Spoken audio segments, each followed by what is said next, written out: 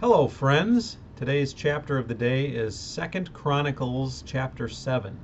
And if you've been reading with us, you know that 2nd Chronicles so far has really been focused on the building of the temple. So we see Solomon complete the temple.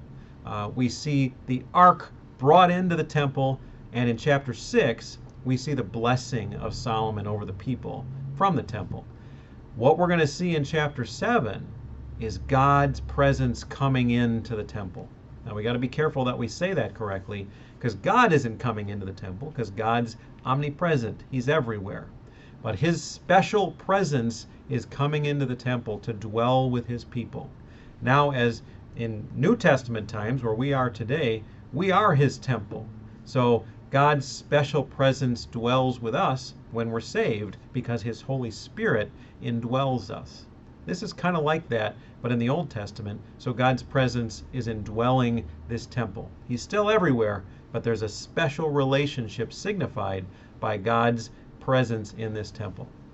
So we see this fire come down from heaven, and very appropriately, the people are afraid and are reverent. And we see that. Then we see a dedication of this temple. And when we see a dedication, we see some major animal death. 22,000 oxen are sacrificed and 120,000 sheep. That's the sacrifice to dedicate this temple. You can only imagine the rivers of blood pouring away from these sacrifices being made. Then we have a 7-day feast, and then we get what I like to say as a when and 2 ifs from God as far as what's going to happen from here. The when, the thing that we know is going to happen, is in verse 13, when God says, "When I shut up the heavens so that there is no rain, or command locusts to devour the land, or send a plague among my people." So what God's saying is, there will be sin, there will be rebellion, and I'm going to respond to that sin and rebellion with consequences. That's going to happen. But now the 2 ifs. The first if, one for Solomon and one for the people.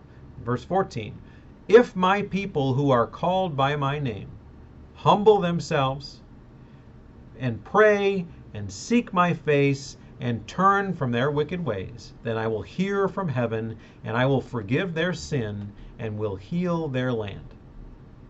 So God's saying, if your response to God's judgment is humility, prayer, seeking God, and changing your behavior, God's going to answer your prayers, and he's going to restore his blessings to you. He says kind of the same thing to Solomon as far as the kingly line of David in verse 17. But then the other if, verse 19, "But if you turn away and forsake the decrees and commands I have given you, and go off to serve other gods and worship them, then I will uproot Israel from my land which I have given them, and will reject this temple that I have consecrated for my name, and I will make it a byword and an object of ridicule among all peoples." And here's God's logic. "The temple will become a heap of rubble. All who pass by will be appalled and say, 'Why has the Lord done such a thing to this land and to this temple?' People will answer, 'Because they have forsaken the Lord, the God of their ancestors, who brought them out of Egypt.'" And that's the message here. God opposes the proud and gives grace to the humble. It was true then, and it's true now. God is telling his people, I have given you this blessing. I have put you in this amazing place and given you this special relationship with me. But that relationship will be tested. And you can respond in one of 2 ways. You can respond in humility and prayer and dependence on me, and I'll restore those blessings. Or you can respond with hostility, and I will forever remove those blessings. Now, this is not a complete analogy to our life right now, because if we are saved, if we are Christians, we are saved forever, and God is not going to take that away, because he's the one who did it, and we don't get to undo it. However, this is a guidance for us on how we're to respond to God.